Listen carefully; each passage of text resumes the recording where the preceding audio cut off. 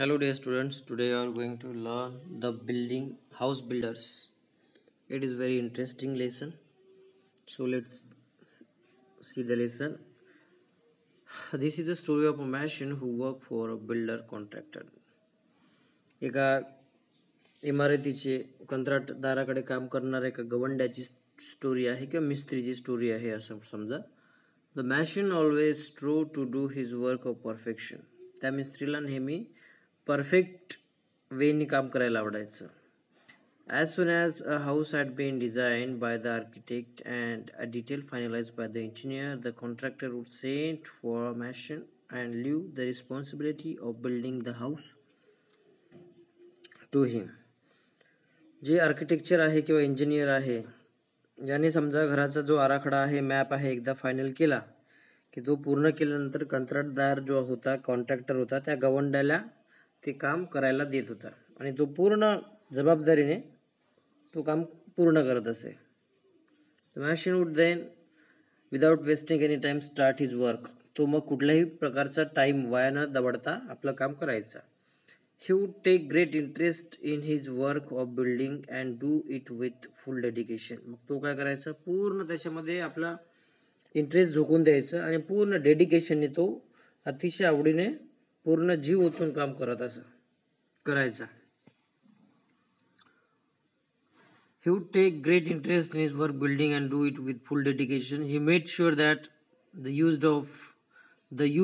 used the best construction material of high quality, the measurement of the walls, doorways, arches, etc. मग तो काय करत, बांधकामासाठी लागणारे जे साधन आहे, मटेरियल आहे, ते उत्तम दर्जाचे किंवा चांगल्या क्वालिटीचे वापरायचे.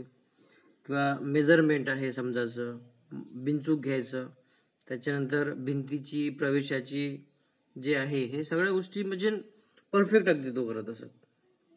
आणि were perfect he gave an excellent and appealing finish to whatever he built. म्हणजे आपण केलेलं काम सगळ्यात उत्तम आणि आकर्षित असलं पाहिजे आणि ते सफाईदारपणे पूर्ण कसं होईल याची तो पूर्ण खबरदारी घ्यायचा.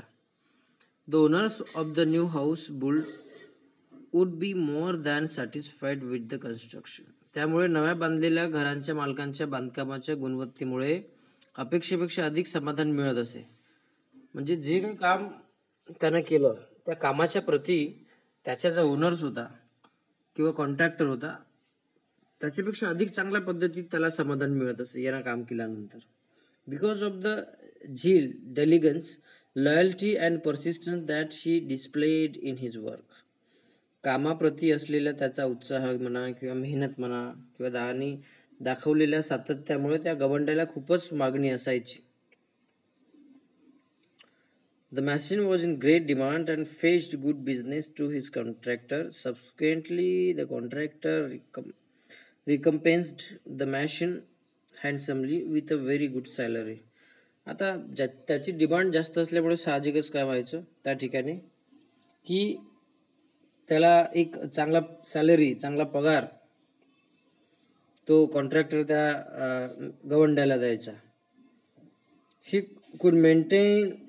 could meet the need of his family sufficiently without any scarcity. त्यामुळे तो आपल्या कुटुंबाच्या सर्व गरजा कोणतीही चणचण न भासता भागवू शकत असे. The mason thus continued working with great devotion for many years till he became a grandfather. अशा रीतीने तो जो गवंडी आहे, तो मिस्त्री आहे, वर्षानुवर्ष एकनिष्ठपणे काम करीत राहिला, अगदी तो आजोबा होतपर्यंत, म्हणजे तो म्हातारा होतपर्यंत त्यांच्याकडे तो काम करत राहिला.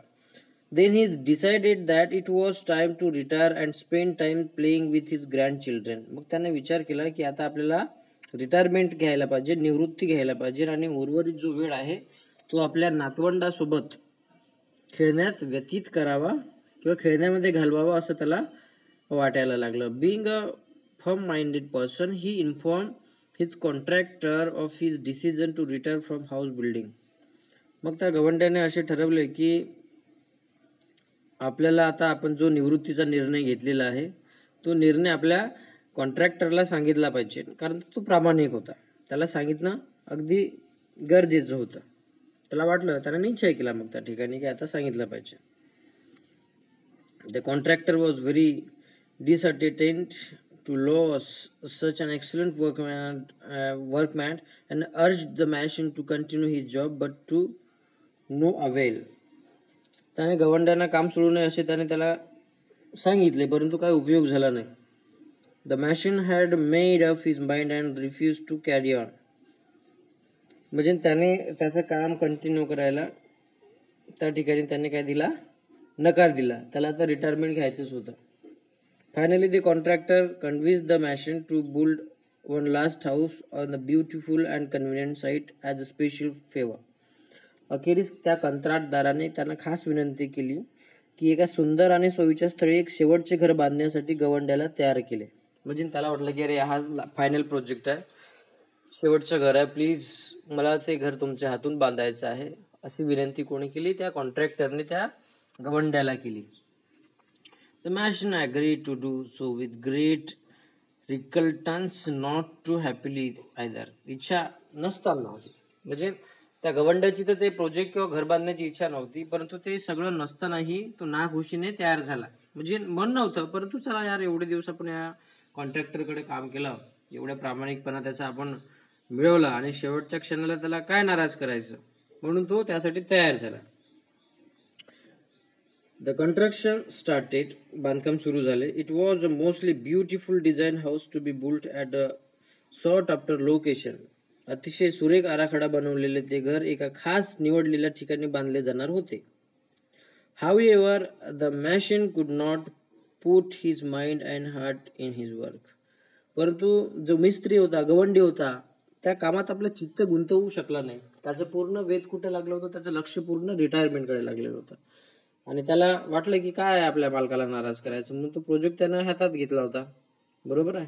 परंतु त्याचं मन त्या कामात नव्हतं. काहीतरी हो म्हणून म्हटलं आणि काहीतरी त्याला खुश करण्यासाठी त्यानं तो प्रोजेक्ट आपल्या हातात घेतला. However, the machine could not put his mind and heart in his work. He did his work very roughly and carelessly, without interest or dedication. मग त्याने काय केलं, त्या ठिकाणी अतिशय ओबडधोबडपणे किंवा निष्काळजीपणाने आपले काम सुरू केले. मित्रांनो, बाकीचा जो पोर्शन आहे तो नेक्स्ट व्हिडिओमध्ये बघूया. धन्यवाद.